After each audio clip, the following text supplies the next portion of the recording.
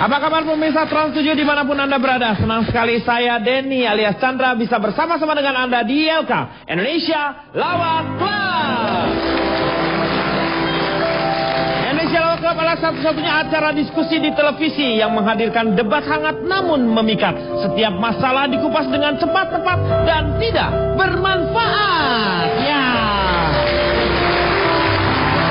Ya, sebelum kita mulai, saya ingin mengucapkan salam terlebih dahulu kepada Ibu Risma di Surabaya dan juga Pak Ridwan Kamil di Bandung. Ya, pokoknya saya berpesan jangan pernah lelah untuk berbuat untuk bangsa ini. Ya. Sekarang saya akan memperkenalkan para panelis kita malam hari ini. Di sebelah kanan saya ada Meg Dani. Ya. Selamat malam Meg Dani. Asik.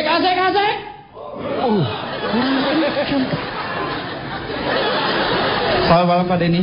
Selamat malam Meg Terima Dani. kasih sudah mengundang saya kembali. Iya. Walaupun banyak gagalnya tapi tidak apa-apa, ya sudahlah. Meg Dani dari mana ya? Saya dari masyarakat Riang, lulusan Vkom. Oh, masyarakat Riang, oke, lulusan Vkom. Disingkat? Mari Om. Mari tuh. Mari yuk. Mari kita sama-sama Riang Om. Iya, oke. Terima kasih Om. Iya, Meg Dani. Di depan saya ada Kang Maman, notulen kita. Selamat malam Kang Maman. Malam Kang Denny, saya bawa istri saya. Oh. Ada cinta yang kurasakan saat bersama dalam canda di ILK. Yati Pesek, Ya, Yas, betul. Maman Suherman Min, anaknya Yasmin, Pak. Luar biasa ya. Ini mungkin... Keluar deh, satu keluarga keluar deh. Kalau nggak ganggu Pak. Nggak ganggu, Oh Meg. enggak. Mama, Iya. pulang. Ini suaminya yang bener datang tuh. Istri saya, Pak. Dia tahu saya. Ini makanya Pak Maman ini ngaku-ngaku. Pak Maman ngaku-ngaku. Jangan marah saya. Pak Maman ngaku-ngaku. Saya tahu itu. Poliandri, Pak. Iya. Lu. Iya. Wajah nggak seberapa, berani-beraninya poliandri. Tidak apa-apa kan ini cuma cari pengalaman aja. Lo apa hubungannya? Kamu lagi majikan, Pak. Oh, majikan manggil sayang lo. Maaf Bu, yang semalam saya belum bayar, kembaliin.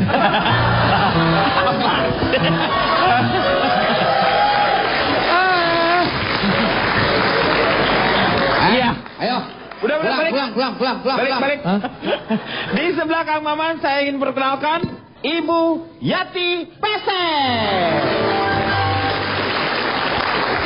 Selamat malam. Selamat malam Bu Yati. Selamat malam. Selamat malam. Lihat ya, suaranya sih enak karena dulu beliau ini penyiar ya Bu ya. Penyiar di radio Panggil kalau nggak salah ya Bu ya. Di Pager ya Bu ya keluarnya. Dulu. Sorry aja, memang kalau suara saya itu memang agak oke walaupun wajah simpang siur. Dari mana ya Bu ya? Yati ini. Saya dari Persatuan Amanah Murid dan Guru. Oh, Senang bercanda. senang bercanda. Di singkatnya apa Bu itu Bu? Singkatannya pernah muda. Waduh. Kayak BCL ya lagunya Pernah Muda. Iya. Terima kasih Bu Yati. Ibu Yati Pesek. Sebelah kiri saya ada Boris. Silakan Boris. Selamat malam, Pak. Ya, malam. Saya dari Binan Ganteng Anti Kena Rokok. Wah, bagus tuh. Artinya apa tuh? Singkatannya. Biang Kerok. Di belakangnya Boris ada Cak Lontong. Cak Lontong dari mana nih? Terima kasih. Ya. Dari mana? Dari mana? Dari mana? Dari mana? Dari mana? Anda ini membuang energi yang berlebihan buat hal yang gak penting. Kesel. Ya jadi kesel karena ulah Anda sendiri. Ulah kamu. Saya kan mau memperkenalkan, tadi ditanya. Iya, tapi lama. Ya, sekarang memperkenalkan diri. Udah. Baiklah. Terima kasih, selamat malam, salam lemper. Salam lemper. Saya mewakili masyarakat penelaah rambu dan aturan lingkup umum. Nah, di singkatannya apa itu? Masalah buat lu. Ya masalah lah. Ya masalah. Maaf. Iya. Cak Lontong. Ya, terima kasih. Di depan saya di tengah ada Fitra. Selamat malam, saya mewakili bimbingan remaja pengguna ruang publik yang elok, beretika dan oke. Wah, panjang banget. Singkatannya apa tuh? Hampir aja saya lupa barusan. Singkatannya Bir Peletok. Bir Peletok. Kelihatannya simpel tapi memabukkan, Pak. Karena kami punya misi yang kelihatannya simpel tapi memabukkan. Karena kami sudah muak melihat keberadaan banyak sekali pengguna transportasi publik ya. Yang bertahun-tahun tapi masih menangis dalam kesendiriannya setiap malam minggu, Pak. Saya mau tanya di sini. Siapa di antara teman-teman di sini yang pakai sarana transportasi publik? Kita lihat, tapi banyak yang jomblo-jomblo kan. Itu tuh membuat tanda tanya bagi badan bimbingan kami, Pak. Loh, kenapa? Bertahun-tahun hilir mudik di ruang pakai menggunakan sarana publik. Transportasi ruang publik, tapi hatinya masih terjebak aja di ruang nostalgia, Pak. Itu. Ya. Mengerti saya. Misi kami cuma satu, Pak. Misinya apa? Bimbingan kami memaksimalkan penggunaan ruang publik, Pak. Karena banyak sekali yang menjadikan kekurang tampanan mereka sebagai alasan. Tapi ingat, di ruang publik itu tampan nomor 2, wangi nomor 1, Pak. Wangi nomor 1, tampan nomor 2. Betul, karena sudah banyak aroma lain yang kurang sedap, Pak. Fitrop.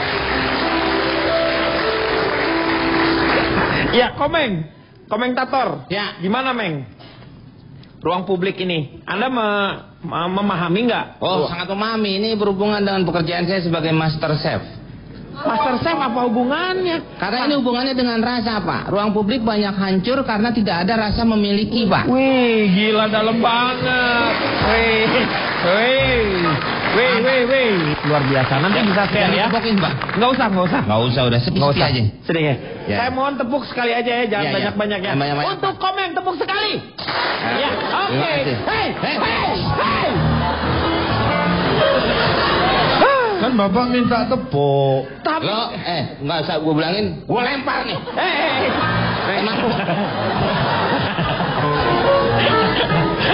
Meng, ngapain dilempar? Nah. Kamu mau melempar saya? Enggak, siapa bilang? Berarti kamu mau berani sama saya? Berani. Berani. Enak aja. Mau turun mana kamu?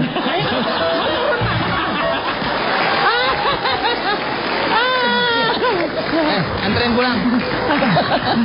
Anterin pulang tuh kan, ntar nyasar. Mahasiswa duduknya di sini. Bukan baju biru, bajunya biru tapi bukan.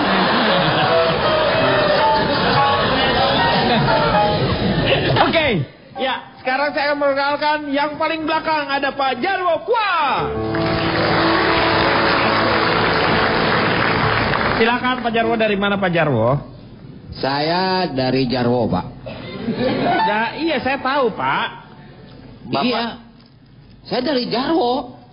Iya, saya tahu nama Bapak Pak Jarwo. Bapak mewakili siapa di sini gitu? Ya Jarwo. Jarwo itu maksudnya apa? Nama kan, nama Anda. Iya, nama saya Bang Jarwo. Iya. Lembaga atau komunitas apa? Kumpulan gitu apa dong. maksudnya? Diam kau. Pak, ada singkatannya Pak, Jarwo Pak. Ngejar genderuwo. Jarwo itu jajaran wong tuo, Pak. Jajaran wong tuo. Jadi saya nanti akan berbagi pengalaman bagaimana saya mengedukasi publik, anak-anak saya termasuk bagaimana supaya memelihara ruang publik supaya tidak dirusak oleh tangan-tangan jahil, Pak. Wah, luar biasa. Pak Jarwo kuat. Iya. Udah ya. Sekarang kita akan melihat pokok pembicaraan kita pada malam hari ini. Pak, Ya? saya belum Pak. Oh, udah terlambat. Sekarang kita VT aja. Nanti saya perkenalkan kamu ya. Nanti setelah. Ini dia. Ya. VT-nya. Ya, silakan.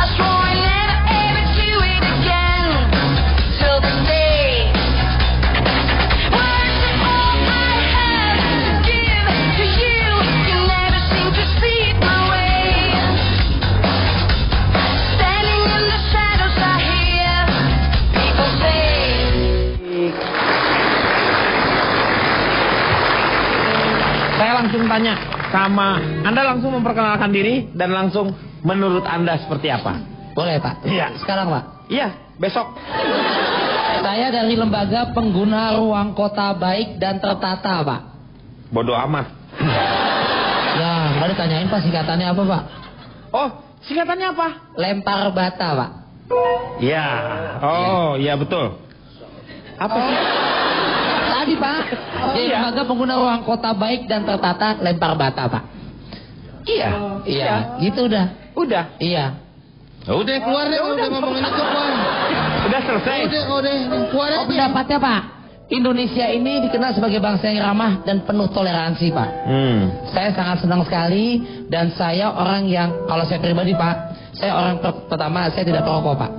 Anda tidak merokok? Tidak merokok, apalagi lain-lain segala macam. Saya menghargai mungkin orang yang merokok pada tempatnya. Karena kita juga punya yang pasif, punya hak juga untuk menghirup udara bersih Pak. Tapi kalau merokok tempatnya di mana? Di Ya, mulut harus. kan? Ya. Jadi Anda protes kalau ada yang merokok di sini. Di sini. Enggak Pak, kan ada Ya tidak pada tempatnya, berarti ngerokoknya. area Pak. Ada smoking area, smoking room. Areanya. Iya, daerahnya Oh. Pak.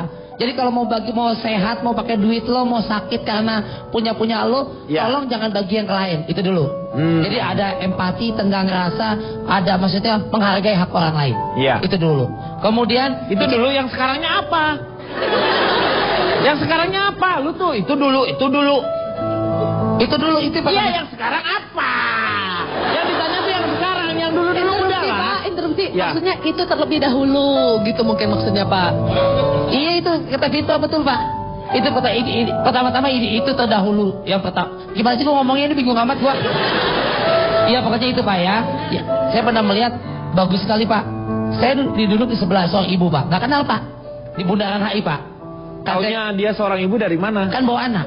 Hah? Bawa Dari anak. mana? Dia kalau nggak salah Anaknya ngomong kalau ini ibunya. digendong Pak. Hah? Kan digendong. Oh. Masih anak kecil. Ya Mahmud Abbas gitu lah Pak ibunya itu. Mahmud Abbas tuh apa? Mama muda anak baru satu Pak. Oh, Mahmud Abbas. Mahmud Abbas. Iya. Ya, tadinya Nurdin Halid tadinya Pak. Nurdin Halid itu apa? Bekas ketua PSSI Pak. Oh, gua ada singkatannya. Oh itu. Dia kemudian sendiri Pak bawa anaknya. Sedang naik kayak busway gitu Pak penumpangnya. Kan suka ada bacaan memang dilarang mengeluarkan anggota badan. Iya. Ya mungkin ibu ini karena musim pemberian ASI dia mengeluarkan Pak. Anggota badannya itu Pak. Tapi sambil ditutupin ada kainnya. Iya ada kainnya. Anaknya susah rewel Pak, nangis terus. Saya kan ya udahlah saya berempati aja. Saya agak Dia ditutup nggak? Kan harus agak sengaja tutup. Saya agak memalingkan begitu supaya dia nggak canggung. Karena kan buat babynya. Iya. Akhirnya dia menyusui. Tapi anaknya kayaknya rewel gitu Pak, susah. Sampai ayo nak, jangan nangis terus, ayo nak, minum susu mama yuk, minum ASI gitu kan. Sampai susah. Saya kan cuma kedengeran aja Pak. Sampai nggak mencoba untuk curi-curi pandang atau gimana. Iya. Sampai ibunya mungkin kesel kali Pak ya. Saya kan denger Pak. Cuman nggak ngeliat. Ayo nak, ayo minum ayo ASI susu. Kalau nggak mau nanti mama kasih om sebelah loh. Ayo. Saya denger Pak. Lalu saya bilang, Bu serius Bu, janji Bu ya. Langsung diakhiri Pak. Itu masih hidup. Om sebelahnya itu. Masih hidup kan? Lah kan masa sebelah hidup? Ya. Kalau maksudnya om yang di sebelah. Om yang di sebelah, bukannya omnya sebelah. Bukan. Ini gimana? Itu nggak begitu. Masa omnya sebelah? Kalau dulu saya pernah nganter orang tua Pak. Nah, Kereta nih Pak nih. Iya. Penuh. Ya kesian kan Pak, orang tua harusnya kasih duduk. Saya bilang, Pak gantian, Bapak diri. Ini orang tua ada yang mau duduk. Saya diomelin namanya semua gerbong Pak. Kenapa? Nggak tahu itu bangku masinis. Lu yang nyetir siapa? Makanya saya nggak tahu. Sudah diusir. Yang saya tekankan di sini adalah Indonesia dikenal dengan ketimurannya, toleransinya, ruang publik atau saling menghargai itu nomor satu Pak. Iya. Belum lama Bapak pernah ada berita lama di sosial media, Twitter, yang ada naik kereta nggak mau ngasih ibu-ibu hamil. Dinda namanya. Nah, di Indonesia tuh kadang-kadang memang ada yang cengeng Pak. Dia tahu misalnya seorang ibu hamil, saya setuju. Karena dia juga punya ibu. Iya, betul. Ketika memang sebulan 2 bulan, sebenarnya kalau mau berangkat jam 5, Mungkin bisa berangkat 10 menit, 15 menit lebih awal dia dapat tempat duduk. Kadang-kadang memanfaatkan, ala gue ntar juga kalau di kereta atau di angkot juga dikasih tempat duduk kok. Itu ada oknum-oknum yang menyalahgunakan itu. Tapi kan harus tahu juga, ya. Tapi yang jadi permasalahan sekarang gini, kita taunya ibu-ibu itu hamil dari mana? Perutnya gendut, Pak. Nggak semua. Terus lu nyangka gue sekarang hamil? Lu sekarang nyangka gue hamil?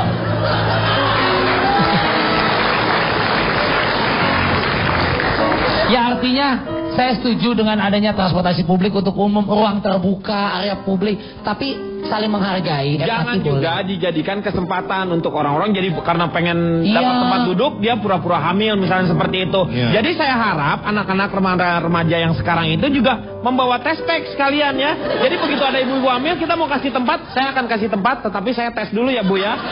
Iya dong, ketahuan ya. Ya, instruksi. Ya, instruksi siapa ini? Sebentar. Ya, Bu. Mau ngomong tapi kan, Bu? Iya. Iya, oh silakan. Kenapa harus tadi Bu? Mohon maaf, Pak. Ya. Lewat mana tadi minum kopinya? Wah, saya dari belakang nggak kelihatan. Nggak lihat. Sedotannya. Gitu. Begini Bapak. Ya, begini Bu. Sebetulnya saya juga hati saya itu merasa resah. Saya sebagai pensiunan guru. Dulu itu saya mengajarkan sama murid-murid penuh sopan santun dan budi pekerti. Tapi sekarang sudah hampir hilang. Yang kedua, tentang tulis menulis. Dari mulai A sampai Z, itu saya ajarkan. Kan semua anak-anak sudah pada tahu. Tapi kenapa? Kenapa Bu? Dulu ketemu dengan saya, pasti menyapa dan bisa mencium tanganku. Iya. Sekarang sudah ketemu dengan saya, nggak pernah menegur saya. Terus di situ ada tulisan no smoking. No smoking. Kenapa dia membuang sampah di situ? Coba ini, tolong bayangkan Pak ini. Bu, tulisannya no smoking. No smoking. Artinya jangan buang sampah di sini. Bu, itu pernah digebukin sama satu ruangan ini ya? Saya mau tanya sama Boris, gimana Boris? Jadi Pak, untuk mengatasi cerita-cerita dongeng-dongeng ini tadi, sudah sekian lama ini, memang yang salah itu memang nenek moyang kita Pak, dalam mengeluarkan pepatah. Apa? Ada yang mengatakan berani kotor itu baik, tapi di satu sisi, itu ada yang mengatakan jangan buang sampah sembarangan. Iya. Satu lagi bilang berani kotor itu baik. Berani kotor itu baik. Jadi mau kayak gimana kita bikin? Dari nenek moyang kita juga salah bikin pepatah ini. Jadi jangan salahkan kami, salahkan nenek moyang kami. Seperti itu Pak. Kan udah nggak ada nenek moyangnya Pak. Justru karena makanya udah nggak ada, makanya kita salahkan. Kalau nggak ada pasti kita hormati kan. Ya kalau kalian ini kan hanya sebenarnya kalau sekali-sekali kalian ada di ruang publik ini sebenarnya kalau dipikir-pikir Pak. Saya ini adalah pelakunya ini Pak. Saya ini purnawirawan supir tembak senior Pak. Gak usah pakai purnawirawan kali. Udah nggak narik lagi Pak, udah nggak narik lagi. Iya udah nggak narik sih, udah pensiunan aja gitu. Biar keren dikit Pak. Ya. Walaupun supir tembak ada harga diri kami Pak. Iya. Itu pada saat diangkut itu Pak, beribu-ribu jenis manusia pernah saya lihat itu Pak. Adalah yang mohon maaf ini ya, kalau setelah saya teliti itu bau badan. Iya. Itu ada 2 tipe Pak. Oh bau badan aja 2 tipe ya? Ada yang setelan basah, ada yang setelan kering. Betul ya, kalian sering jumpai kalau setelan basah tuh dari jauh kalian udah bisa melihat. Dan kalian sudah bisa pasang kuda-kuda dari jauh. Iya kan? Basah ini siap. Ketika lewat baunya ini yang basah ini Pak, masih agak-agak nyaru dia Pak. Ini bau martabak telur apa bawang? Tapi yang kalau kering ini Pak, ini gas beracun berbahaya nih. Dosanya tingkat tinggi nih. Karena nggak ketahuan ya. Dari jauh nggak kelihatan kan? Kering baik-baik aja kan, semua pertahanan kita lengah Pak. Iya. Tapi pada saat ada angin lewat, kita lagi berwas, mau mati rasanya itu Pak. Tengik baunya itu Pak, kering itu kejam itu Pak. Amoniak ya. Amoniak bahaya Pak. Benar. Bulu kita juga langsung kelotok Pak itu Pak. Itu kayak kalau nggak salah kayak bau kabel kebakar ya. Iya, bau hangit. Bau kabel kebakar tuh. Itu Pak, itu dari segi badan Pak ya, aroma Pak ya. Kalau saya kan berhubung saya ini memang pelaku, jadi mau nggak ada yang gratis di dunia ini Pak. Semua harus bayar. Ibu-ibu hamil nggak mau duduk sempit-sempit, maunya lega, ya bayar 2. Oh gitu. Gak usah susah, betul. Orang tua, nggak mau sempit-sempitan duduk di depan, bayar 2. Tapi mohon maaf, kalau di Jakarta ini kan sistemnya 4-6 Pak ya. Iya. Ketika kalian adalah orang ke-6 itu, mohon maaf ya, pantat kalian itu nggak duduk. Itu istilahnya dicangkok pantat kalian. Iya. Hanya nempel gitu aja. Nempel di antara, iya betul. Betul. Nempel gitu aja sesuai bentuk segitiga sama kaki itu kan Pak. Iya. Yang kecil mungil itu kan Pak. Iya. Sementara si ini dengkul kan kita adu sama depan. Ya, dengkul beradu dengan depan. Syukur-syukur kalau di depan itu perempuan. Kan, Pak? Bisa ala FTP itu kan Pak. Nah, yang nongol di depan ini satpam pula yang di depan Pak. Gak enak jadinya Pak. Itu baru yang tempat duduk Pak. Ada lagi Pak tempat duduk yang memang kami ciptakan untuk menambah ekonomi kami Pak, untuk menambah pundi-pundi kami Pak. Yaitu tempat bangku duduk artis Pak. Bangku artis itu di mana tuh? Kalian tahu bangku artis? Bangku tempel. Ya, yang yang depan kecil. Kalau mau naik tuh dia langsung di sebelah kiri ya. Yang biasanya kalau di belakang ada stiker butuh dana cair cepat. Lancarkan Inggris Anda. Itu ya betul. Nah, itu. Ya. Yang pakunya selalu keluar dikit-dikit. Abang tahu banget itu Bang ya. Hah? Bang Boris kayaknya tampaknya tahu sekali silsilah. Inilah Pak udah tua bodoh Pak. Tuh. Udah dibilang jadi purnawirawan. Dia udah ahli, dia udah duduk pensiunan. Saya terakhir maaf angkutan umum gitu. Terakhir kali sekitar 80 tahun yang lalu. Jadi saya nggak tahu bangku artis itu kayak gimana. Saya mohon maaf untuk itu. Oh, Bapak ini udah kecil sombong Bapak ini. Yang kayak Riko ini kan mohon maaf deh Pak kalau dibilang istilahnya Pak ya. Sama orang Medan itu Pak, bocor halus tapi keliling Pak.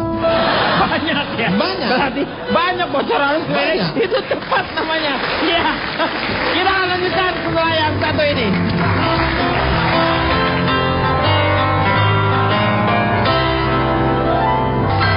Kembali lagi di Elsa mengatasi masalah tanpa. Kita lanjutkan lagi pembahasan mengenai ruang publik.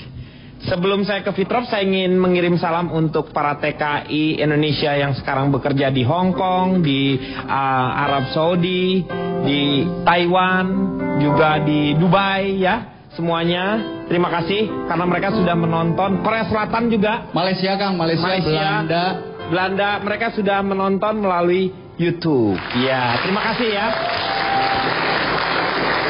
Semangat terus teman-teman. Pahlawan devisa kita itu. Iya, betul. Sekarang Fitrop, gimana menurut Fitrop mengenai ruang publik? Mengenai masalah memaksimalkan penggunaan ruang publik ya. Iya, boleh. Sebenarnya gini, yang menjadi sasaran kami adalah pria-pria kayak Kak Riko ini ya.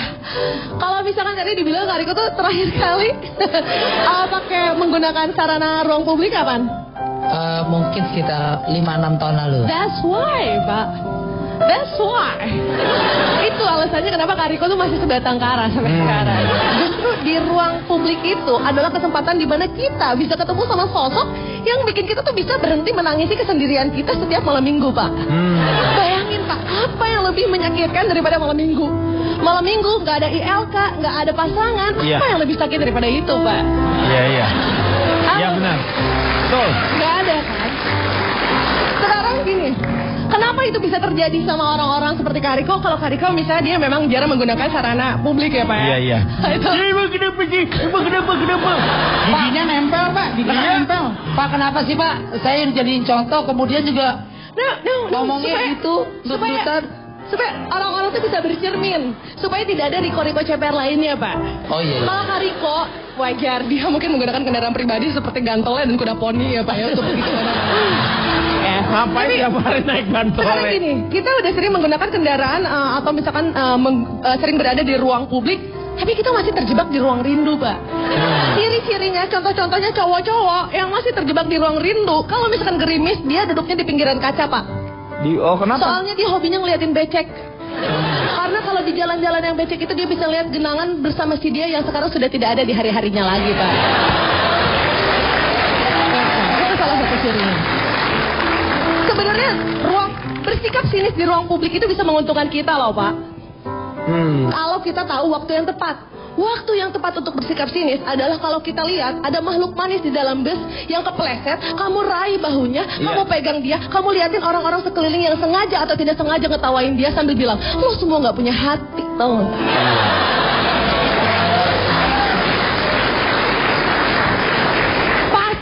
Pasti dia bakal dikasih nomor telepon ceweknya. Sambil kamu raih bahunya, terus kamu tanya, terus pipinya bilang, kamu nggak apa-apa kan? ini hanya perempuan kan yang dianggap lemah gitu. Meskipun kayak aku fragile gitu, rapuh. Iya. Tapi sebenarnya cowok-cowok juga harusnya tahu waktu yang tepat untuk minta tolong. Betul. Waktu yang tepat untuk minta tolong adalah justru ketika kita mau ngasih kursi kita, Pak. Sama cewek yang udah jadi gebetan kita. Kamu samperin dia, kamu bilang, minta tolong. Sorry, tolong boleh dudukin tempat duduk saya nggak? Saya nggak mau anak-anak kita nanti protes sama saya setiap kali lihat varises di kaki ibunya gara-gara saya nggak ngasih tempat duduk sama kamu. Ciri-ciri kalau tips tersebut berhasil itu ada 2, Pak. Ada 2. Yang Pertamanya apa? Kalau supir busway-nya memandang haru ke arah kamu sambil melakukan gerakan ini.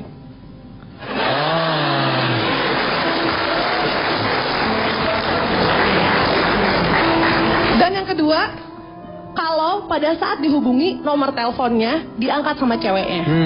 Dari semua remaja yang kami bimbing dan kami berikan tips-tips untuk memanfaatkan ruang publik, semuanya berhasil, Pak. Tapi diangkatnya sama satu cewek, Pak.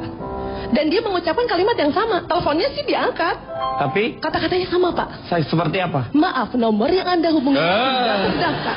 Silahkan cek kembali. Ya nggak dapet dong itu namanya. Loh, orang-orang ngomong begitu tersinggung. Sedih, Pak. Nggak sedih. Lagi dengerin, Meng. Lagi menyimak. Ibu ini lagi menyimak. Ini. Kenapa bukan berwarna air mata ingat nostalgia? Karena sosok Ibu Yati ini adalah salah satu sosok yang legendaris. Betul. Itu ada di film-film yang fenomenal dari zaman dulu. Film apa? Manuk Manis Dalam Bis. Iya. Bukannya ibu yang main Janur Kuning? Lihat ibu aja saya di HP. Tapi intinya ada satu pepatah dari tim bimbingan kami, Pak, yang biar bagaimanapun harus dicamkan oleh para pengikutnya ya, Pak ya. Kalau di ruang publik, dulukanlah kepentingan orang lain di ruang publik supaya tahu kalau kita makhluk yang punya norma dan etika. Setuju? Belum, Bu. Tapi kalau urusannya sudah di ruang hati, utamakan kata nurani supaya kita nggak pernah tahu yang namanya rasanya luka. Senyum membawa luka. Wah, Maggie Z. Luar biasa ya. Bukan main. Ini seperti cerita sinetron apa tuh ganteng-ganteng sering gila itu ya. Itu tuh. Pak, coba saya mau tanya sama Megda nih. Iya, terima kasih. Boleh minta tepuk tangannya? Ya. Asik. Ada pantun buat Mbak Yati. Oh ya, terima kasih. Mbak Yati pesek, walaupun jelek, tetap asek. Tepuk tangan dulu buat Mbak Yati. Terima kasih. Itu bukan pantun. Apa itu, Cak? Pantun kok gitu? Harusnya gimana? Pantun cuma 3 bait. Harusnya Coba kamu tadi gimana pantun? Walaupun Yati pesek, jelek, tetap asek. Oh, emang pantunnya? Anda paham nggak sih apa yang disebut pantun? Kan yang penting berima, Cak. Yang penting berima. Berirama. Ek. Tidak bisa pantun kok ganjil. Ibu keluar nih, orang-orang jadi pada berantem.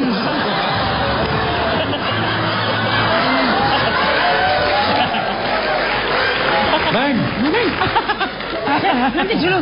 Saya kok disuruh keluar kenapa? Ya ini jadi orang-orang pada berantem merebutin ibu. Ini bukan masalah ibu. Terlalu ibu. manis mungkin. Ini bukan masalah ibu, masalah pantun. Kamu setuju nggak kalau pantun cuma 3 katanya? Bukan soal itu, ibu juga repot. Besok dia di terminal lagi, Pak. Lo ngapain? Nah kalau yang nukerin duit tuh Pak cepanan jadi 9.000. 900. Iya. Nukerin duit. Yang buat lebaran, Pak. Kalau meleng dikit gosok emas. Boleh? Keluar, tapi kamu harus tanggung jawab loh ya. Sebentar. Kenapa? Tak minum dulu. Biarin minum dulu. Bentar ya. Pada mau mukulin nih, Bu. Tenang. Sabar ya. Silakan duduk Mbak Yati. Iya, McDenny. Kalau mau pantun seperti ini McDenny. Kayak gimana coba? Saya ingat sekali gini. Pergi kondangan membawa besek. Di dapur ada pisau belati. Nah. Jangan suka remehkan Yati pesek. Iya. Orangnya suka nolong dan baik hati. Benar. Terima kasih. Bagus. Pertahankan. Itu tadi siapa yang Riko. Riko? Mau ngasih duit, Bu? Ya. Riko, minta nomor rekeningmu ya. Wah. Oh, mau kirim duit? Hah? Mau kirim duit? Enggak, cuma tanya aja. Mau kirim duit. Silakan. Ya kalau menurut saya begini ya. Kita kan hidup kita itu adalah manusia, makhluk sosial. Menurut Mama Yani, yang penting mau tua, mau dia perempuan, mau dia laki-laki, kita saling menghargai aja, Pak. Setuju nggak? Setuju nggak? Setuju. Kalau misalnya kita membiarkan orang tua terlebih dahulu, kita memberikan wanita terlebih dahulu, itu tergantung tempatnya juga, Pak. Jangan semuanya yang tua duluan, yang wanita duluan. Ada tempatnya, Pak. Iya, kalau misalnya di bis kan biasanya orang tua dulu lah. Saya aja pernah kejadian, Pak, di kereta nih. Iya. Saya mau turun, ada rombongan ibu-ibu pakai kerudung. Iya. Saya mau turun, didorong sama ibu-ibu, Pak. Pas saya turun, saya yang pakai kerudung, Pak. Saking banyaknya. Saking banyaknya. Dan laki-laki yang belakang pun akhirnya pakai kerudung. Akhirnya kita bikin pengajian di situ, Pak. Ya intinya pokoknya kita harus saling menghargai itu saja. Kalau misalnya anak mudanya memang lagi capek, lagi misalnya maaf keseleo atau dia punya kakinya kurang baik gitu. Tapi nggak jadi permasalahan sekarang kalau misalnya di ruang publik dia kesal sama Leo, ya kesalnya sama si Leo. Ngapain harus kesal sama orang lain? Kesel Leo, Pak, kaki, Pak. Iya, kalau keselnya sama Leo, ya nggak keselnya sama si Leo, udah. Kaki, Pak, kaki, jalan. Terus gitu, Pak. Itu namanya kesel Leo. Tipalitak. Makin nggak ngerti. Intinya begitu, Pak. Jangan, istilahnya kita harus saling menghargai aja. Di mana tempatnya, posisinya kayak gimana lah. Saling menghargai. Perempuan mau yang tua saling menghargai. Intinya. Dan gunakanlah naluri kita untuk memperlihatkan seperti itu. Biasanya kalau memang wanita itu butuh bantuan, kita bantu. Betul. Seperti itu. Itu maksudnya, Pak. Sekarang saya nanya sama pengalamannya Pak Jarwo. Ini kan Pak Jarwo orang tua nih. Apa sering mendapatkan hal-hal yang istimewa dari anak-anak muda? Ya, yang terjadi di dunia nyata ini sering kita lihat tentang bagaimana perilaku manusia-manusia di ruang publik. Ternyata juga itu terjadi juga di dunia maya. Itu pendapat saya. Oh, oke. Kan saya ngomong. Oh iya. Riko dengerin orang ngomong tuh. Ini lagi nyeritain Maya, tetangganya Pak Jarwo yang dekat rumah Calontong. Makanya saya nanya pendapatnya Jawa apa Maya? Nah, itu pendapatnya Pak Jarwo. Cuma lagi nyeritain Maya. Bukan nyeritain Maya, Meng. Ini dunia maya. Dunia maya itu semacam media sosial. Nah. Pak, interupsi, Pak. Sosmed, ya. Tapi Al-Eldul di rumahnya Dani atau di rumahnya Maya waktu itu, Pak? Ini kenapa keluarga Ahmad Dhani sih? Ini tentang dunia maya, Mas. Dunia maya, ya. Media sosial. Langsung aja media sosial ya, udah ya. Sekarang nggak ada lagi yang ngomong maya ya. Nggak ada lagi. Oke. Nah, media sosial. Dalam arti dunia maya itu, sosial media. Itu berlaku juga etika-etika secara tidak tertulis. Ya. Kalau secara tertulis itu ada aturannya. Itu nulisnya pakai pensil atau pulpen? Diketik. Oh, berarti nggak ditulis. Enggak, maksudnya moral, secara moral. Enggak tertulis, itu namanya kalau moral itu aturan yang tidak tertulis, Meng. Nah, yang namanya kalau aturan yang tertulis itulah berbentuk undang-undang. Nah iya, nulisnya itu pakai apa, Pak Jarwo? Yang tergantung yang nulis peraturan dong. Saya nggak tahu dia pakai nulis apa. Ya jangan ngomong barangan kalau memang Pak Jarwo tidak tahu nulisnya pakai apa. Maksudnya ada aturan. Aturan itu tidak harus tertulis. Jadi nggak usah ditulis karena tidak tertulis. Nah, itu benar. Nah, itu kalau memang Bapak ngomongnya gitu ya. Jelas. Salah. Iya. Kalau dia kan tadi ngomong peraturan yang tertulis. Iya, ini nggak tertulis lah ya, tidak tertulis. Jadi nggak ada yang nulis. Bapak udah nggak usah ngomong tulis menulis, udah. Ganti yang udah, lain. dunia maya nggak usah. Tulis menulis nggak usah. Ya. Sosmed aja udah sekarang. Iya, betul. Terbatas sekali apa ya? Enggak, ada aturannya gitu. Itu bercerita tentang kita tinggalin lah nama sosmed itu lah. Udahlah. Gimana? Tapi jangan Pak, ini penting Pak. Karena yang namanya ruang publik bukan hanya taman, mall atau seperti apa, tempat parkiran. Sosmed aja menjadi ruang publik. Betul. Nah saya Pak, dalam dunia nyata pernah saya alami juga itu Pak. Bagaimana saya mengajarkan anak-anak saya untuk mematuhi aturan-aturan di ruang publik supaya tidak mengganggu orang. Diajarin ke anak-anaknya. Anak saya si Kusumo Pak. Kusumo, yang paling gede ya Kusumo ya. Kusumo, Kuswanto, apal Pak ya? Tahu ya. Sama Nadi dan Kuswati. Si Kusumo ini dia nulis-nulis semacam grafiti di tembok. Nah kalau ini saya bantah nih. Kenapa? Yang nulis sebenarnya Kuswanto, saya tahu sendiri. Bapak sampai nggak tahu Pak? Kusumo. Saya yang lihat Pak. Bapak memang yang pegang chat terakhir itu si Kusumo karena megangin, sebenarnya yang nulis Kuswanto. Ini saya kasih tahu biar nggak salah marahin anak Pak. Lah anak kan anak saya. Iya tapi tahu situ. Lu kan saya lihat. Tetangga. Mungkin Pak Jarwo ngantor kali waktu itu. Enggak, waktu itu Pak Jarwo saya titipin anak saya. Oh tukeran. Ya. Iya deh. Si Kusnadi ikut-ikutan Pak yang namanya pakai motor dengan menggunakan knalpot yang begitu kencang suaranya. Oh dibobok berarti. Dibobok mah tembok mah. Tidur. Kalau knalpot di apa biar racing ya. Dibobok biasanya knalpotnya, istilahnya dibobok. Dimodifikasi Pak. Oh gitu ya Pak ya? Itu namanya knalpot Keniji Pak. Kok Keniji? Seperti saksofon gitu Pak. Ya benar gitu. Suaranya ya. Tumben nih benar nih Komeng nih. Iya benar. Mek, lu jauh banget mau kemana sih? Lu kan manasin motor doang, kenapa dipakai? Oh iya. Motor saya pulangin Bang, nyala baterai itu. Udah, Kusnadi nih Pak ya. Kusnadi anak berapa? Pakai anak ketiga. Hasil pernikahan Bapak dengan Maya, Kusnadi. Enggak. Kusnadi tegur motor. Kusnadi? Ya Kusnadi. Iya, saya negur anak saya. Ya. Kusnadi, kamu tuh pakai otak. Kata Yati Pesek. Kata saya.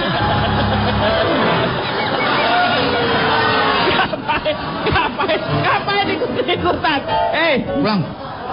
Pulang sana. Bikin ganggu orang aja.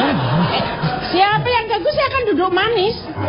Gara-gara Anda Komeng mau coba nama Anda, saya lagi cerita jadi terganggu. Tapi di sini nggak boleh marah. Tahu nggak? Kalau marah darah tinggimu kumat. Interupsi Pak. Kumat. Pak Jarwo, interupsi. Kan tadi Bapak yang bilang sendiri kalau ini istri Bapak. Berarti istri Bapak berhak memarahi anak Bapak juga dong?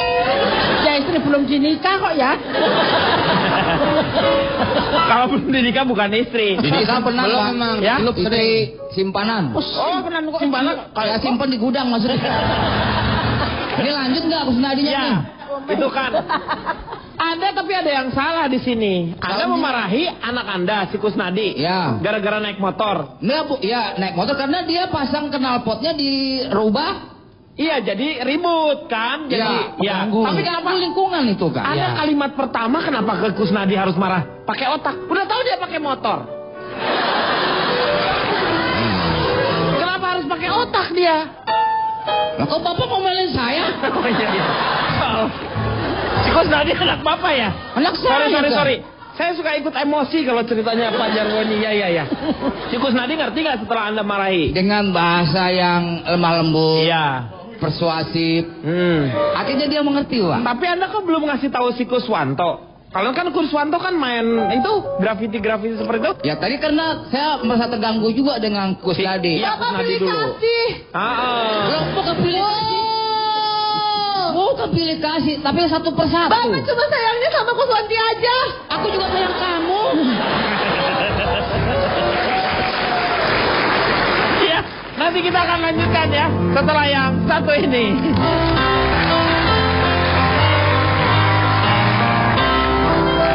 Kembali lagi di LK mengatasi masalah tanpa solusi. Saya mau tanya balik ke Boris. Ya Pak. Mungkin punya beberapa contoh. Mengenai pergeseran ruang publik ini. Iya. Itu sering terjadi adanya pergeseran ruang publik yang dari dunia maya. Maya itu Pak. Ya. Dari dunia maya itu dibawa ke dunia nyata. Nah. Contoh simpelnya adalah Twitter Pak. Twitter, ya. Perkara follow unfollow itu menjadi perdebatan Pak. Aduh kenapa ya kok aku di unfollow sama dia? Aku punya salah apa sama dia ya? Kalau di pet, aduh aku kok di unshare sama dia? Aku ada masalah apa sama dia? Itu dari dunia maya ke dunia nyata. Nah Pak, Facebook juga sama ya? Facebook juga sama, nggak di save kalau nggak di delete friend kayak gitu kan? Kalau mengenai masalah yang sekarang ini, mengenai Dinda ini dari dunia nyata masuk ke dunia maya melibatkan orang-orang penting Pak.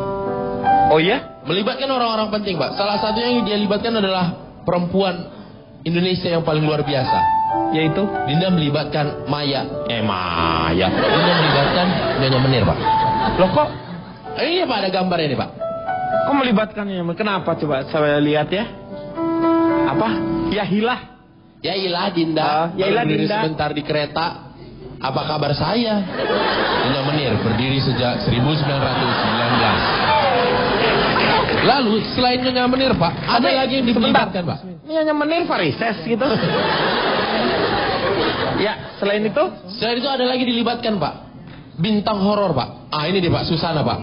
Loh, apa hubungannya ini? Duduk sini, Dek, Dinda. Tante sudah berdiri. Dia nggak mau, Pak, geser itu bagi-bagi tempat. Iya. Jadi dia disuruh di situ di depannya Duduk sini, Susana. Dek, Dinda. Tante sudah berdiri. Ya. Selain Susana, Pak, melibatkan penyanyi kawakan lagi, Pak. Katon Bagaskara, Pak. Loh, Dinda. Nah, bisa lihat, Pak, ada gambarnya nih, Pak. Dimanakah kau berada? Ibu-ibu ingin jumpa. Itu, Pak. Dan yang terakhir, Pak. Oh, belum terakhir, Pak. Ini kedua terakhir, Pak. Iya. Ini oleh pembunuh wanita, Pak. Oh, pembunuh wanita. Dia memainkan film sebagai pembunuh di situ, Pak. Sebagai pembunuh karakternya Ya, di film Julia itu. Estelle. Nah, marah dia, Pak. Mana Dinda, Pak? Mana Dinda dengan Dikenal membawa dengan senjatanya ya? Pak. Iya. Iya. Yang terakhir nih, Pak, yang paling bahaya, Pak. Orang nomor 1 Republik Indonesia aja ikut angkat bicara, Pak, mengenai Dinda ini, Pak. Oh ya? Ingat, jika ada ibu hamil di kereta, berikan tempat duduk. Jangan update status.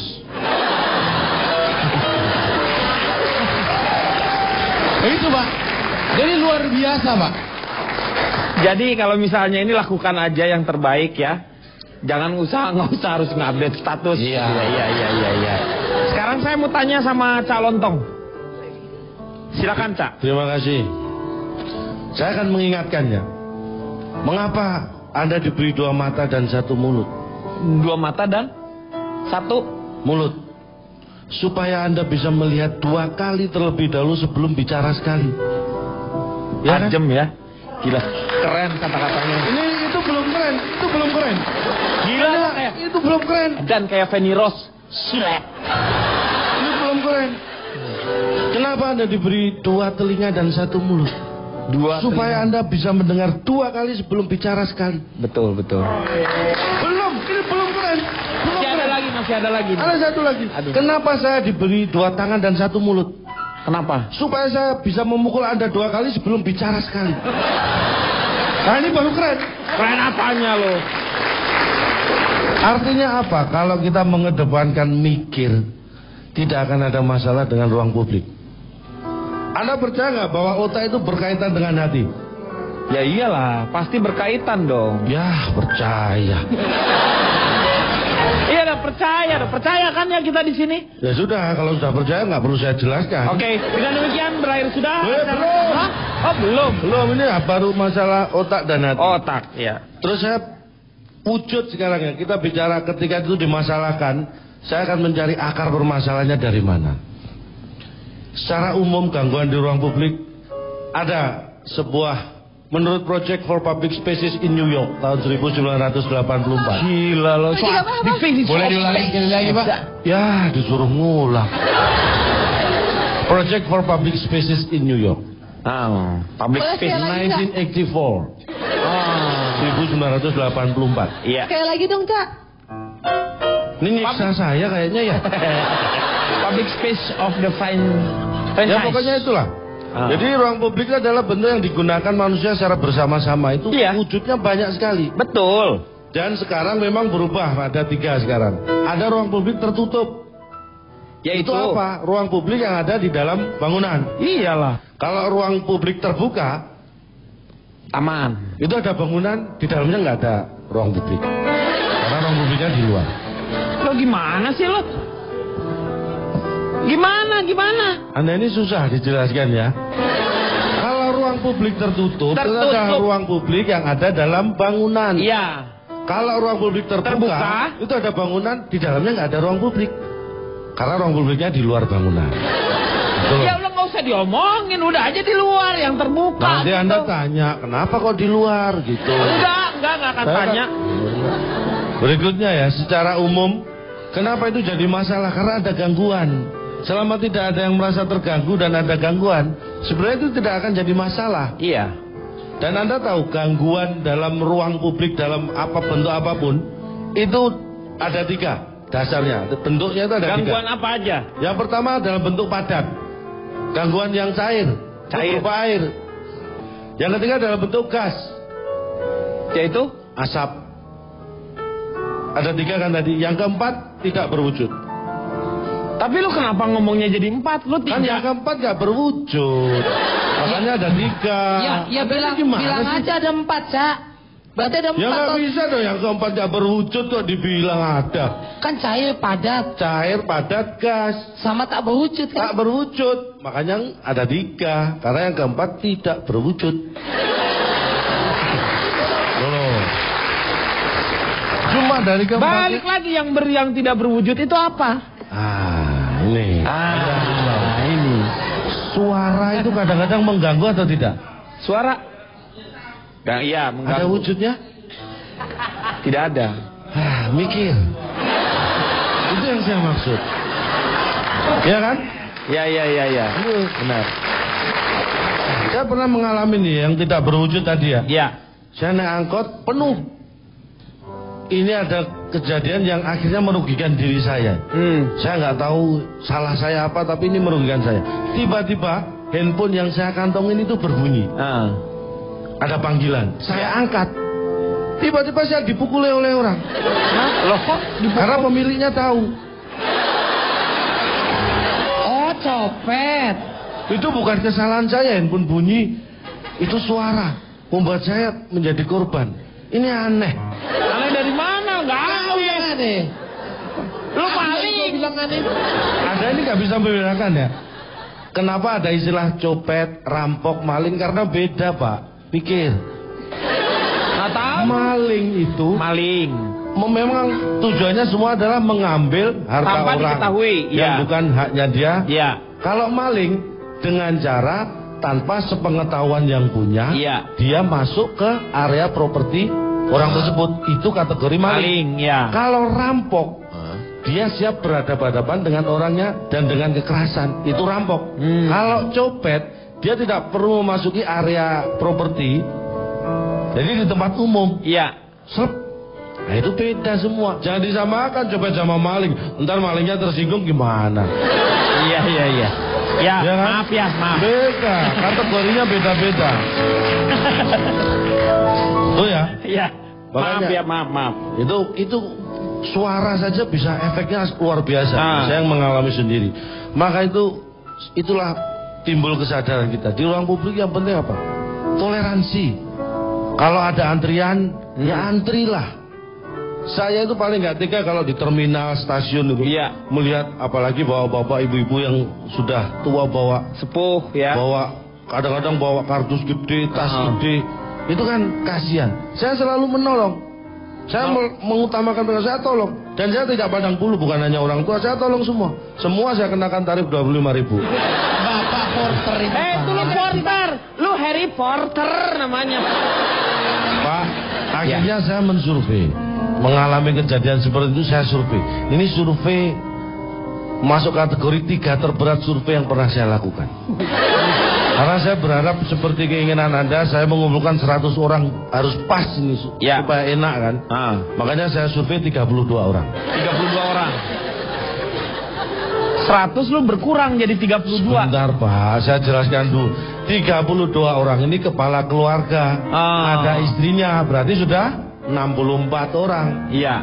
Terus yang 28 itu punya anak 1. 28 keluarga berarti 96. Yang 4 keluarga itu punya anak 2. Berarti sudah pas 100. Nah, akhirnya setelah pas saya survei itu 107 orang. Saya survei. Astagfirullahaladzim. Kan tadi keluarga 32 keluarga kan. Nah pas saya survei itu ada 6 rumah itu yang kedatangan tamu. Nambah lagi berarti. Nah makanya ada tamu 7. Karena ada 6 rumah yang kedatangan tamu, jadi tambah 7 dia. Jadi 107. 107 karena tamunya ada yang 2 orang. Yang lain 111, yang 1 itu 2 orang. Akhirnya saya survei kan, jadi pas 100. Lu gimana sih? 107 itu kan karena ada tamu. Kenapa saya survei? Lo jangan bikin bingung orang. Iya dong, lu kenapa sih? Anda jangan menuduh saya. Jangankan orang saya aja bingung kok. Ini berat loh. Kak, ini ini tontonan hiburan. Kenapa gua harus muter-muter di 107? Ada tamu datang. Ngapain lu ceritain semua? Biar Anda mikir. Enggak gampang sih. Mikir apa? Orang tamunya 7 jadi 107. Tiba-tiba akhirnya jadi pas 100 lagi. Loh, tamunya kan tadi ada 7 jadi 107. Akhirnya saya survei pas 100. Karena pas saya melakukan survei tamunya sudah pulang. Jadi pas lagi. Tapi lu nggak usah ceritain itu tamu mau datang, mau ada siapa. Lu kenapa nggak ada? Memang nggak ada mertuanya yang datang ke situ tuh? Nggak ada tuh. Hah? Nggak ada. Yakin? Yakin. Lu udah nggak usah nama-nama, udah 100 orang itu aja. Ya udah 100. Iya udah, survei itu. Nah, nggak usah ada tamu-tamu lagi yang datang, udah nggak usah. Tutup pintunya semua, tutup. Sudah saya tutup. Iya. Sudah. Pintu minta dikunci. Udah, semua 100 orang aja itu. Akhirnya saya survei, hasilnya adalah 64 orang saya survei. Lu kan tadi 100 katanya, sekarang 64. Ini gara-gara nunggu ngunci pintu segala macam 32 rumah. Akhirnya pas saya mulai survei itu anaknya sudah pada tidur. Ini tinggal suami sama istrinya. Jadi 32 pasang 64 Pak. Apa 64. Saya buka lagi biar ada tamu? Nih 64. Nanti jumlahnya acak lagi loh. Nih. Gue minta yang 50 orang aja deh. Yang 14 lu bunuh itu. 50 aja 50. Tapi sudah terlanjur 64 ini. Ya udah 64 sudah. Udah 64 akhirnya saya survei. Iya. Hasilnya adalah jawaban untuk 100 orang. Gimana sih, Cak? Yang saya survei ini kan suami istri, Pak. Makanya soal anaknya pun saya tanyakan lewat mereka. Jadi tetap 100 hasilnya. Memang yang saya tanya itu 64 orang. Anaknya kan tidur. Lu di mana ada survei bisa dikasihin ke orang lain, respondennya berbeda, itu namanya nggak bisa. Survei itu, lu ngerti nggak sih? Jadi nggak bisa? Nggak bisa dong. Ya sudah, saya nggak jadi survei kan gampang. Nggak jadi survei saya. Yang 4 aja 4. Hah? Yang 4. Yang 4 saya survei katanya nggak boleh. Ya yang 4 orang aja itu. Nah, yang ini masalahnya gara-gara Pak Denny bilang nggak boleh, mereka terlanjur mengunci pintunya. Saya nggak bisa masuk lagi. Lu sebenarnya ada surveinya nggak sih?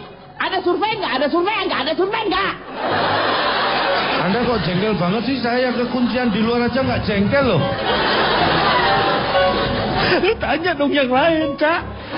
Oke, berarti lu nggak ada survei kan? Ada kan 64 saya tanya. Iya, apa surveinya, Cak? Ini hasilnya. Saya tanya masalah sosial media. Iya. Ini penting. Jawabannya jadi 100 kan karena tadi mewakili anaknya. Gak usah anaknya, gak usah.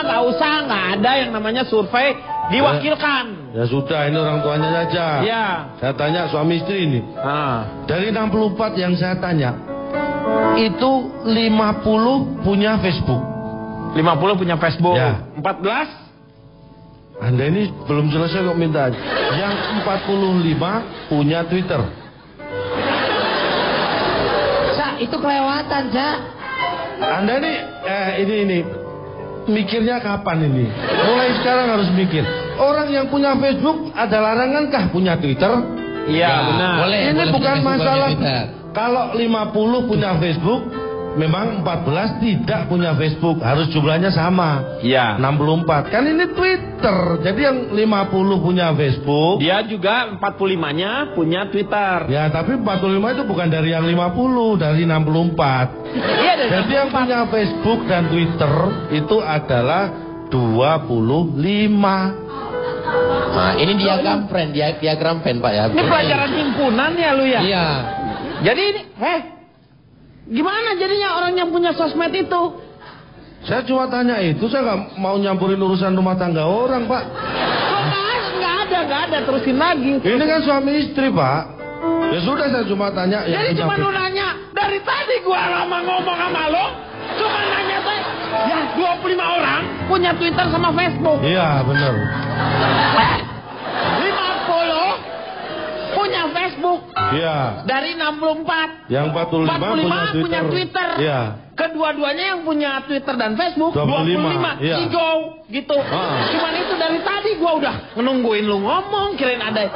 Gua kan berharap sesuatu yang baik gitu, bagus. Ini saya ingatkan, makanya Gak usah diingetin, gak usah. Udah. Maman. Dari tadi panjang ngomong, cuman gitu doang. Setelah dibantu Kusnadi, Kuswanto, Kuswati, dan Kuskus, akhirnya kami menyimpulkan 3 poin. Pertama, kepada Dinda yang telah mencurahkan kebenciannya kepada wanita hamil yang meminta duduknya saat naik kereta api ke dalam media sosial, kami mengucapkan terima kasih.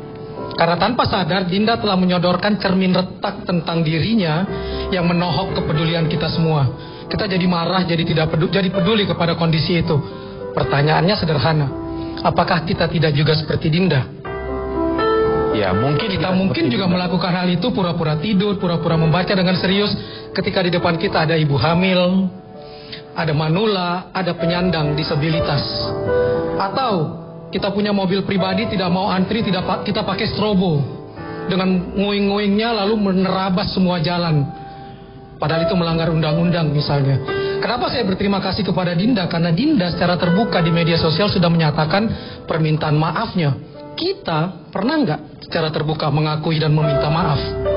Itu poin yang menarik dari Dinda. Kita boleh buka di Twitter, di media sosial dia sudah minta maaf. Yang kedua, mengapa Jepang maju? Setelah diadakan penelitian, karena masyarakatnya mempunyai filosofi memposisikan dirinya berada di posisi orang lain, sehingga di Jepang kalau dompet jatuh di kereta pun kemungkinan akan balik ke pemiliknya.